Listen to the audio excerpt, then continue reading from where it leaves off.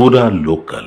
అప్పట్లో చిన్నపిల్లల్ని స్కూల్కి వెళ్ళకపోతే మమ్మీ వాళ్ళు కొట్టి లాక్కెళ్ళి మళ్ళీ తీసుకెళ్లి పెట్టేవారు. అప్పుడు నార్మల్ ఉండేది, అప్పుడు ఏడ్చినా గానీ చదువుకునేవారు మంచిగా.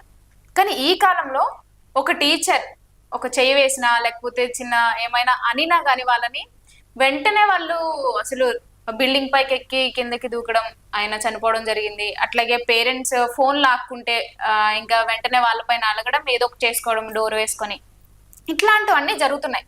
సో ఈ డ్రగ్ అడిక్షన్ అనేది కొన్ని కేసులు కొంతమందికి వీలవుతుంది, కానీ కొంతమంది పిల్లలు మాత్రం ఇలా అవ్వడానికి గల రీజన్స్ ఏంటంటే, అంటే పేరెంట్స్ కూడా దీనిపైన వీళ్ళపైన దృష్టి పెట్టకపోవడం కూడా ఒక రీజన్ అయి ఉంటుంది కదా. దీనివల్ల రీజన్స్ ఏంటంటే, బ్రెయిన్ అనేది పుట్టినప్పుడు ప్రతి ఒక్కరు బ్రెయిన్ అందరి సమానమే, కానీ వాళ్ళు యొక్క యాక్షన్, వాళ్ళ యొక్క ఫ్యూచర్ దేని మీద డిపెండ్ అవుతుందంటే మొదటి 4 నుంచి 6 సంవత్సరాల వ్యవధిలో వాళ్ళు ఎలాంటి కైండ్ ఆఫ్ యాక్టివిటీస్ లో పెరిగిన అనేది చాలా ఇంపార్టెంట్. సో ఈ రోజుల్లో చూసుకుంటే మొదటి సంవత్సరం నుంచే మొబైల్ అనేది చాలా ఈజీగా యాక్సెస్ ఉంది. ఆ రోజుల్లో మొబైల్ అనేది కానీ డిజిటల్ టెక్నాలజీ అనేది కానీ లేదు. సో కంప్లీట్ గా ఒకప్పుడు చెవులు ఫస్ట్ వినపడాలంటే గజ్జల సౌండ్ తో చెవులు వినిపించేవి. దాని తర్వాత మెల్లమెల్లగా ఒక ప్రేమ అనురాగాలతోని వాళ్ళ యొక్క వర్డ్స్ అనేవి వచ్చేవి. కానీ ఈ రోజులు అవి లేవు. మేజర్ గా మనకు డామినేట్ చేసేది మొబైల్ కానీ అండ్ యూట్యూబ్ కానీ.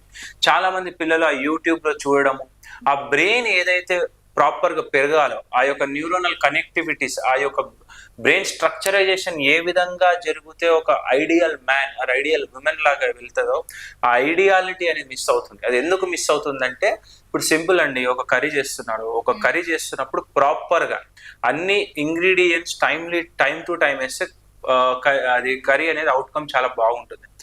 ఎప్పుడైతే మీరు అదే కర్రీ చేస్తున్నప్పుడు మీరు మొబైల్ చూడడం కానీ, మీరు మళ్ళీ వేరే యాక్టివిటీస్ చేస్తూ దగ్గరకు వచ్చి చూస్తే అల్టిమేట్ గా రిజల్ట్ అనేది సరిగ్గా రాదు. సేమ్ ఇలా అన్నమాట. ఎప్పుడైతే మీ మొబైల్ యాక్టివేట్ ఉంటుందో మీ బ్రెయిన్ యాక్టివేట్ అవ్వదు. ఎప్పుడైతే మీ బ్రెయిన్ యాక్టివేట్ ఉంటుందో మీ మొబైల్ అనేది చూడొద్దు.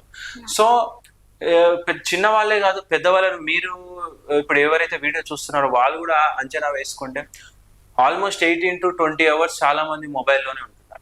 సో ఎప్పుడైతే ఈ యొక్క లూప్ లో ఇరుక్కుపోతున్నారో, ప్రాపర్ గా డెవలప్ అవ్వాల్సిన బ్రెయిన్, ప్రాపర్ గా ఆలోచించాల్సిన బ్రెయిన్ అవి తీసుకోలేక, సో చిన్న స్ట్రెస్ కి ఎవరైనా తిట్టినా, ఎవరైనా ఏమన్నా మూవీలో ఏదో ఒక మూవీలో చూడడం, లేదా సోషల్ మీడియాలో ఏదో ఒక స్కిట్ చూడడం, అరే వీళ్ళు ఇట్లా చేస్తున్నారు మనం ఇట్లా ఎందుకు చేయొద్దు అని చెప్పేసి వీళ్ళు దాన్ని రాంగ్ యాక్టివిటీస్ ని అలవాటు చేసుకొని, సో చిన్న స్ట్రెస్సర్స్ కి కూడా ఇట్లాంటి యాక్షన్స్ అనేవి జరుగుతూ ఉన్నాయి.